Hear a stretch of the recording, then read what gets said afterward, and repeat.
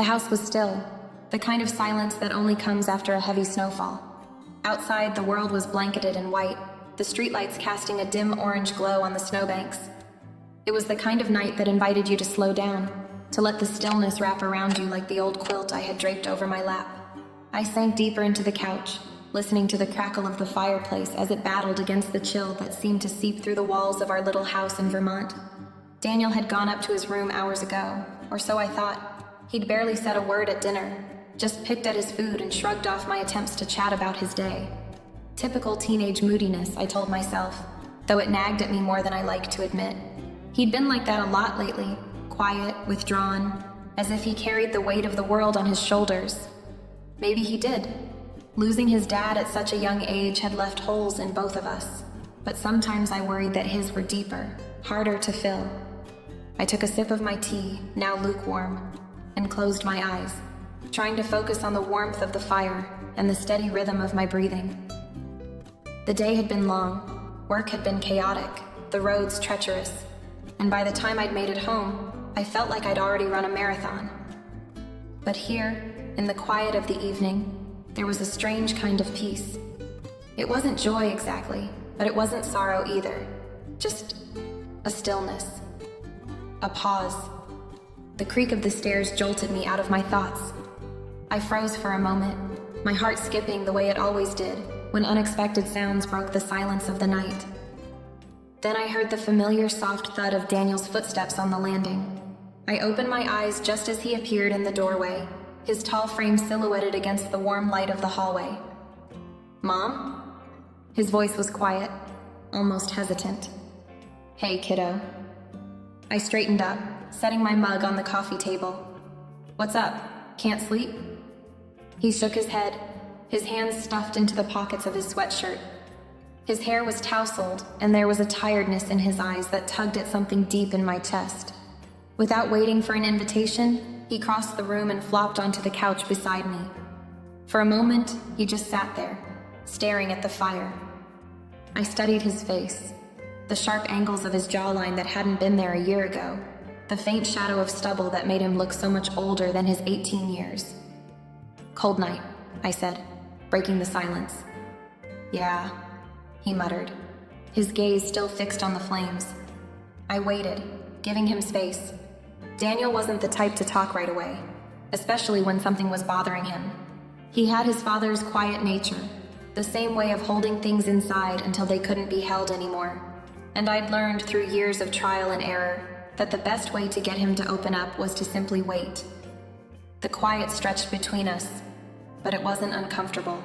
If anything, it felt like the calm before a storm, a fragile moment of peace that could shatter at any second.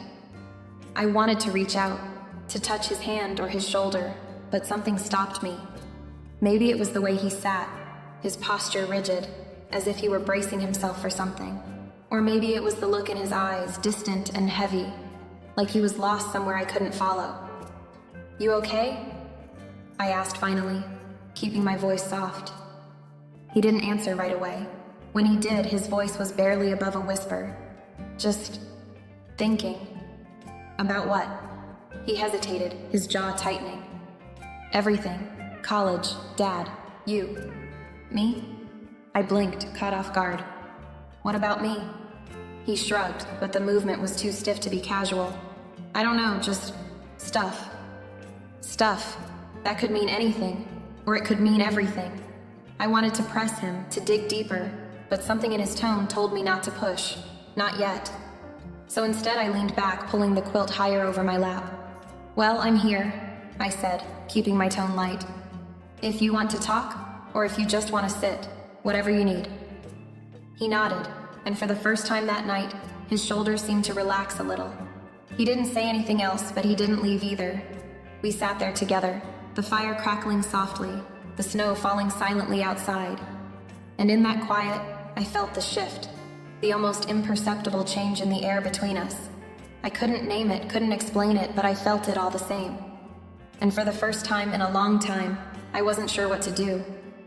The fire had burned down to glowing embers by the time Daniel finally stirred. He shifted beside me, his long legs stretched out on the couch, as if he'd been trying to find comfort in the quiet. I'd nearly dozed off, lulled by the warmth of the fire and the stillness of the house, but the weight of his presence kept me tethered.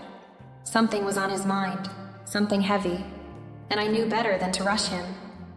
"Mom," he said, his voice low, like he was testing the word. I turned to him, pulling the quilt tighter around myself. "Yeah, honey?" He hesitated, his gaze flicking from the fire to his hands, which were fidgeting in his lap.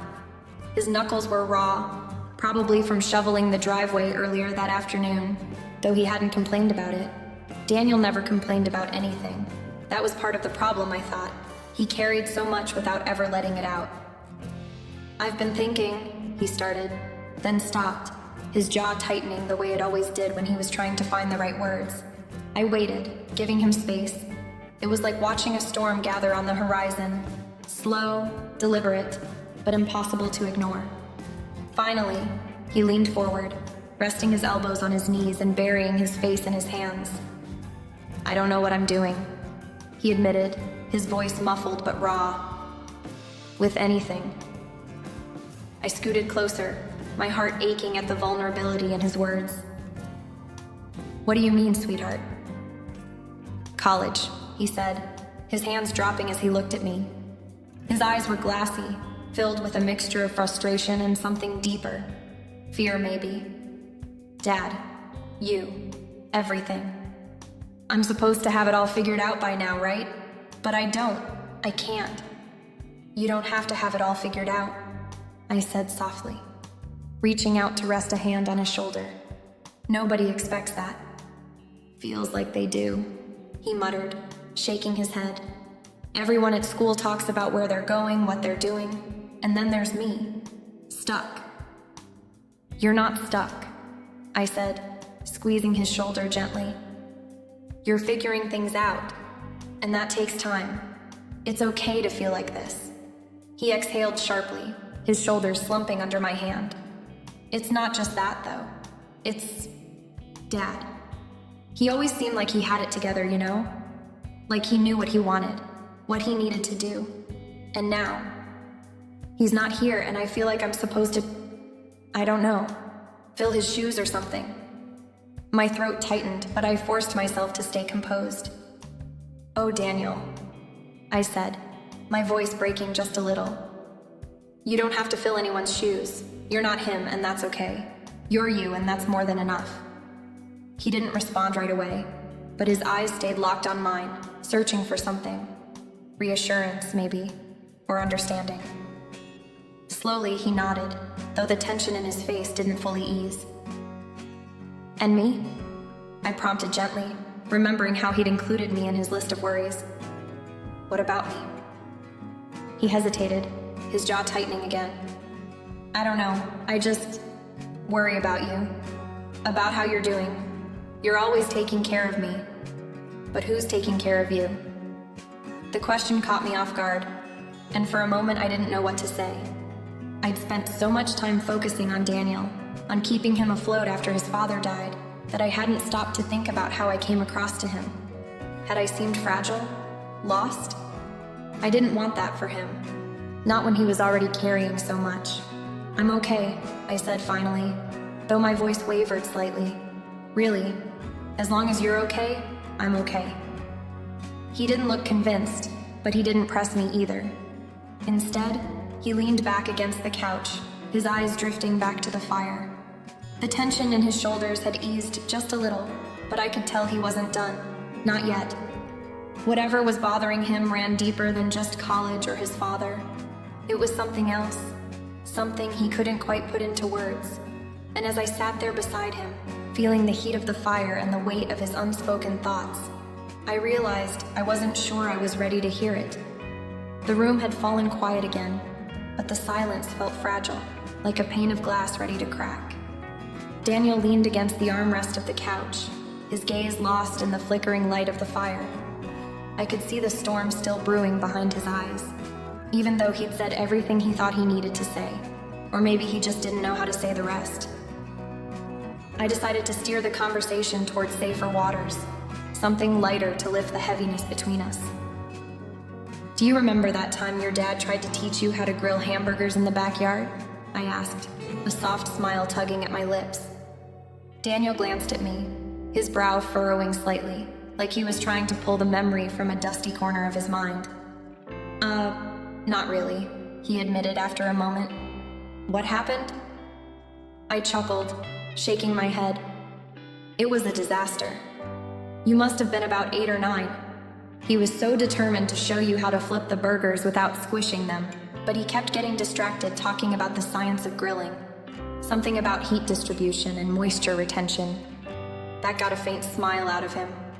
That sounds like Dad. It does, doesn't it? I said, the warmth of the memory washing over me. Anyway, he got so into his explanation that he didn't notice the burgers were catching fire. The whole grill went up in flames, and you just stood there holding the spatula wide-eyed like you were about to be drafted into battle. Daniel's smile grew, and a quiet laugh escaped him. I kind of remember that. Didn't the fire department show up? They did, I confirmed, laughing. Your dad was so embarrassed. He kept insisting it was under control, but they had to hose down the grill anyway. You thought it was the coolest thing ever. You ran inside to get your firefighter helmet and tried to help them put out the fire. For a moment, the tension between us dissolved entirely, replaced by the warmth of shared laughter. But as quickly as it came, the lightness faded. Daniel's smile dimmed, and his gaze dropped to his hands. I don't remember his face, he said quietly, the confession hitting me like a punch to the chest. I mean, I remember stuff he said, and how he sounded, but his face? It's blurry. Is that normal? My throat tightened, but I nodded, reaching out to place a hand on his knee. It's normal, I said softly. You were so young when we lost him, Daniel. It's not your fault if the details have faded. I feel like it is, he said, his voice breaking slightly. I feel like I'm forgetting him, like he's slipping away, and I can't stop it. I moved closer, wrapping an arm around his shoulders. He didn't resist, leaning into me like he had when he was a little boy. You're not forgetting him, I said firmly, not where it matters. He's in you, Daniel, in the way you think, the way you care about people, the way you see the world. He's there, whether you remember his face or not. For a long time, neither of us spoke. The fire crackled softly, filling the space where words failed. Daniel wiped his eyes with the back of his hand, his expression a mix of grief and relief. Thanks, Mom, he said finally, his voice barely above a whisper. I kissed the top of his head, feeling the weight of his emotions pressing against me. Always, sweetheart, I whispered back. As the night stretched on, I couldn't help but feel that the memory I'd shared had done more than just lighten the mood. It had brought us closer, even if the closeness carried a weight neither of us fully understood. Later that night, after Daniel had gone to his room, I found myself wandering around the living room, tidying up just for something to do. The storm outside had settled into a quiet flurry, snow drifting lazily past the windows. The house felt still, but not peaceful, like the air had thickened, charged with something I couldn't name. I bent down to fold the throw blanket we'd used earlier, the soft scent of wood smoke still clinging to it. I was halfway through smoothing out the edges when I heard footsteps. I turned to see Daniel standing in the doorway, his hands shoved deep into the pockets of his sweatpants. Can't sleep? I asked, trying to keep my tone light. He shrugged, stepping further into the room. Not really. Thought I'd help you clean up. I raised an eyebrow. Help me? Who are you and what have you done with my son? That got a small grin out of him, but his movements were slow, deliberate, as he came to stand beside me. He reached for the other end of the blanket, our hands brushing briefly as he grabbed it. The touch was light, accidental, but it sent a strange ripple through me. Warmth, familiarity, and something else I didn't want to examine too closely. Thanks, I said, my voice coming out quieter than I'd intended. We worked in silence, folding the blanket together, each of us holding an end. But the act of folding, the simple movement of our hands meeting in the middle, felt heavier than it should have. When our hands touched again, neither of us moved away right away. I glanced up and his eyes met mine, steady and unreadable. For a moment, time seemed to stretch out. The the world narrowing to just the two of us in that quiet, fire-lit room. My heart skipped, though I wasn't sure why. Daniel's expression was soft, his eyes searching mine like he was trying to say something without speaking. I felt my breath hitch, the space between us charged with something unspoken. I broke the moment first, pulling my hand back and focusing intently on folding the blanket the rest of the way. "There," I said, smoothing it down and draping it over the back of the couch. My voice sounded too bright, too forced, even to me. Daniel didn't move, his presence lingering just behind me. "You've done so much for me, Mom," he said finally, his tone low, almost hesitant. "I don't say it enough, but I notice, I appreciate it." I turned to face him, taken aback by the sincerity in his voice. "You don't have to say it, Daniel," I replied, managing a small smile. "I know." He nodded, his gaze dropping to the floor. "I just wanted you to know." He paused, shifting his weight from one foot to the other, then stepped closer, wrapping his arms around me in a sudden, firm hug. The embrace caught me off guard, but I returned it without hesitation, resting my chin on his shoulder. He felt taller, broader than I remembered, his grip strong yet gentle. I closed my eyes, letting myself lean into the moment, but my thoughts swirled with confusion. There was comfort in his embrace, but also a flicker of something else, a tenderness that felt different, unfamiliar. When he finally pulled back, his hands lingered on my arms for just a beat too long before he stepped away entirely. "Good night, Mom," he said softly, his voice almost a whisper. "Good night," I replied, watching as he turned and disappeared down the hall. I stood there for a long time after he left, staring at the empty doorway. The house was quiet again, but the air still felt heavy, thick with questions I wasn't ready to answer. The warmth of his touch lingered on my skin, and no matter how hard I tried, I couldn't shake the feeling that something had shifted between us. When I woke up the next morning, the house was still blanketed in the quiet of freshly fallen snow. I lingered in bed longer than usual, the memory of last night swirling in my mind. Something about Daniel's hug, the way his hands had stayed on my arms just a moment too long, left an impression I couldn't quite shake. I told myself I was overthinking it, that I was just tired. But the thought lingered. By the time I made it to the kitchen, Daniel was already there, a rare sight so early in the day. He was at the stove, the scent of eggs and butter wafting through the air. "Morning, Mom," he said over his shoulder, his tone casual, as if it were perfectly normal for him to be up cooking breakfast. "Good morning," I replied, leaning against the doorframe and crossing my arms. "What's this? Are you feeling okay?" He smirked, flipping the eggs with a practiced ease. "Thought I'd let you sleep in for a change. You deserve it." The gesture was sweet, but it also caught me off guard. Daniel had never been the type to take on little chores like this unprompted. It wasn't just breakfast. There was something different about him this morning. He seemed more composed, more sure of himself, like he'd stepped into a new role overnight. "Well, thank you," I said, sitting at the table as he brought over 2 plates. "This is a nice surprise." As we ate, I couldn't help but notice the way he carried himself. There was a quiet confidence about him, something I hadn't seen before. He asked about my plans for the day, his tone attentive, as if he genuinely wanted to know. It felt thoughtful, almost intimate in a way that wasn't typical for our morning chats. When we were done, he stood and began clearing the table without being asked. Watching him rinse the plates in the sink, I felt a strange mix of pride and unease. My son, my little boy, wasn't so little anymore. The way he moved, the way he spoke, it was as if he was stepping into a new version of himself. And yet, I couldn't ignore the subtle tension that hung between us, an unspoken shift that neither of us seemed ready to acknowledge. As he turned off the faucet and dried his hands, he glanced back at me with a faint smile. "By the way, that dress you wore yesterday, you look nice in it," he said casually before heading out of the kitchen. I sat there frozen for a moment, replaying his words in my head. It was such a simple compliment, but the way he said it, the way his eyes lingered on me before he left me questioning everything. Was I imagining things? Reading too much into it? Or had something between us really changed? I shook the thoughts away and tried to focus on the day ahead. But even as I went about my usual routine, I found myself distracted, replaying every glance, every word, every subtle shift from the night before. Something was different. Something had started to grow, and I wasn't sure if I was ready to face it. The snowstorm rolled in quickly that evening, wrapping our little house in a heavy white silence.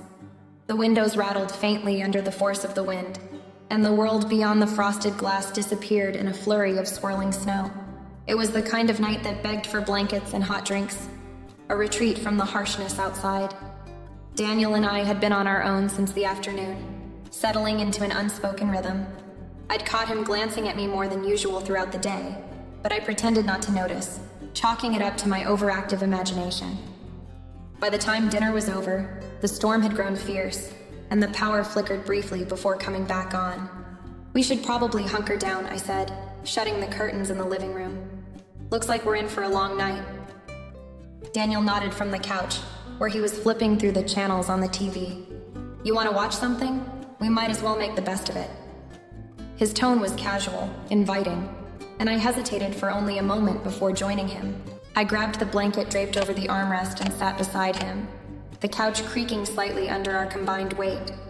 The distance between us wasn't much, but it felt like a canyon, the unspoken tension from the past few days making every movement deliberate. "What do you feel like watching?" he asked, handing me the remote. "Something light," I replied. "We could use a little humor tonight." He nodded, and we settled on an old comedy, the kind we used to watch when he was younger. As the movie began, I leaned back into the cushions, trying to relax. The warmth of the fireplace crackled nearby, but it was Daniel's presence beside me that I couldn't ignore. His arm brushed against mine when he shifted slightly under the blanket, and I felt a faint jolt, as though the touch carried more weight than it should have. Halfway through the movie, he stretched out his legs, his knee bumping against mine under the blanket. It was such a small, innocent movement, but the air between us seemed to hum with unspoken energy. I glanced at him out of the corner of my eye, and he was already looking at me, his expression soft but unreadable. "You okay, Mom?" he asked, his voice low. I forced a smile, hoping he couldn't hear the faint hitch in my breath. "I'm fine, just tired, I guess." He didn't press further, but his gaze lingered for a moment longer than necessary before he turned back to the screen. I tried to focus on the movie, but every small movement, every shift of the blanket seemed amplified. When he laughed at a joke, the sound was warm and familiar, and I felt a pang of something I couldn't quite name.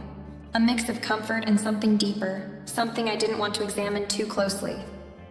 By the time the credits rolled, the storm outside had reached its peak, the wind howling against the house like a restless spirit.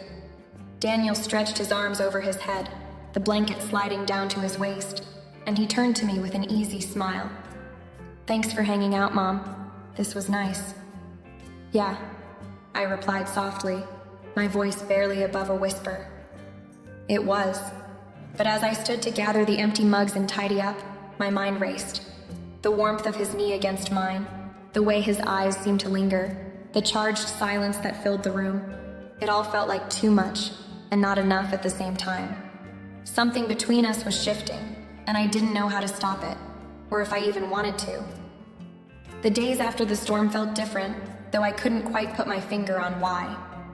Daniel had been more attentive, almost protective, in subtle ways that made my heart ache with a mix of gratitude and unease.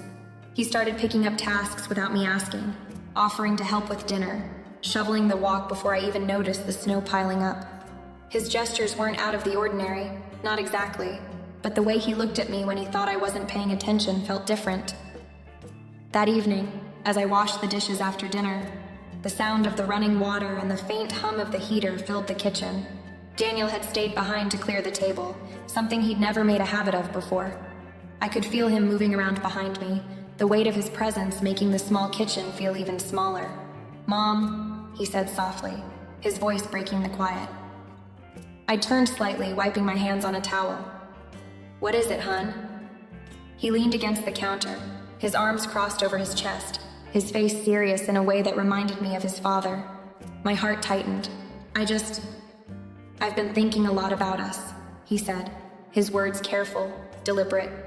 Everything you've done for me since Dad passed. I don't think I've ever really thanked you for it.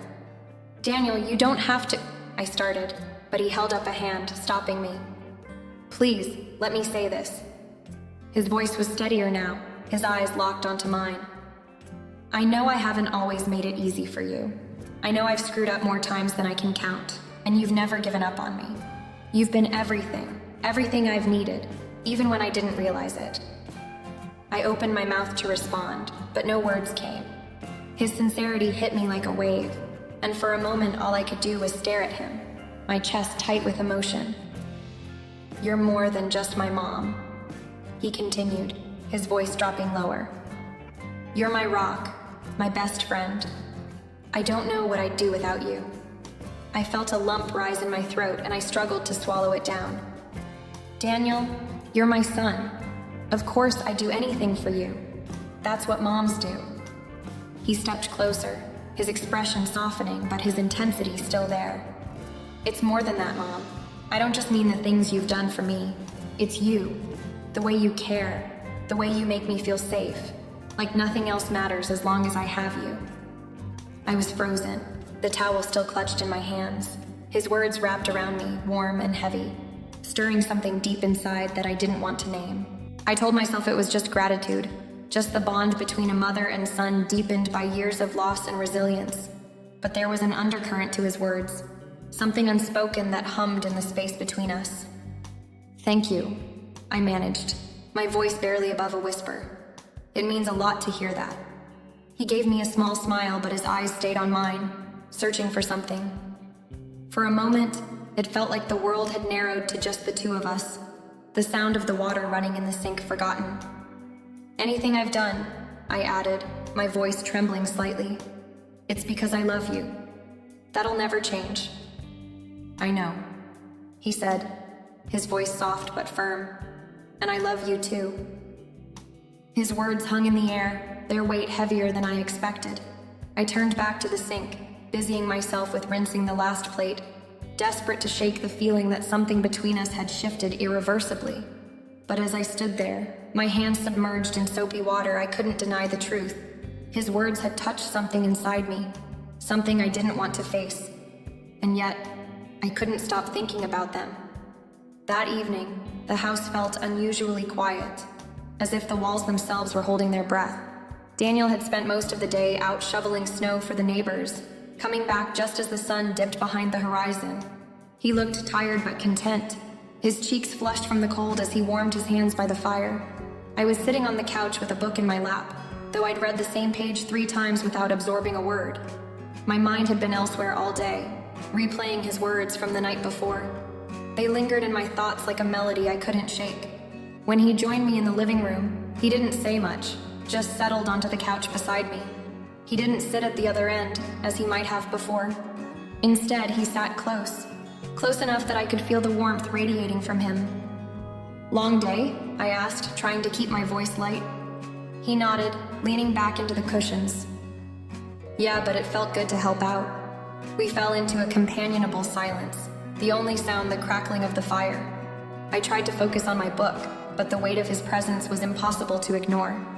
He stretched out his legs, his arm brushing lightly against mine, and I felt my breath hitch, just for a moment barely noticeable.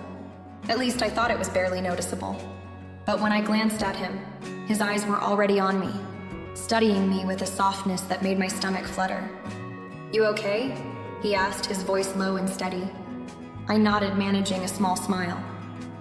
Just tired, I guess. He reached out then, his hand covering mine where it rested on the couch. The gesture was simple, gentle, but it carried a weight that words couldn't. I should have pulled away. Part of me knew that. But instead, I turned my hand slightly, letting his fingers intertwine with mine. We sat like that for a long moment, neither of us speaking. The room felt warmer, the firelight casting flickering shadows across the walls. My heart was pounding in my chest, but I kept my breathing steady, unwilling to shatter the fragile stillness between us. I'm glad it's just us tonight, he said finally, his voice barely above a whisper. Me too, I replied, the words escaping before I could second-guess them. His grip on my hand tightened slightly, not enough to hurt, but enough to let me know he felt it too. This unspoken connection that had been growing between us. It was terrifying and comforting all at once, like standing on the edge of something vast and unknown. As the fire burned lower, the room grew darker, the shadows longer. He didn't let go of my hand, and I didn't ask him to. Whatever this was, whatever it might become, I wasn't ready to face it yet. But in that moment, I knew one thing for certain. I didn't want to let it go.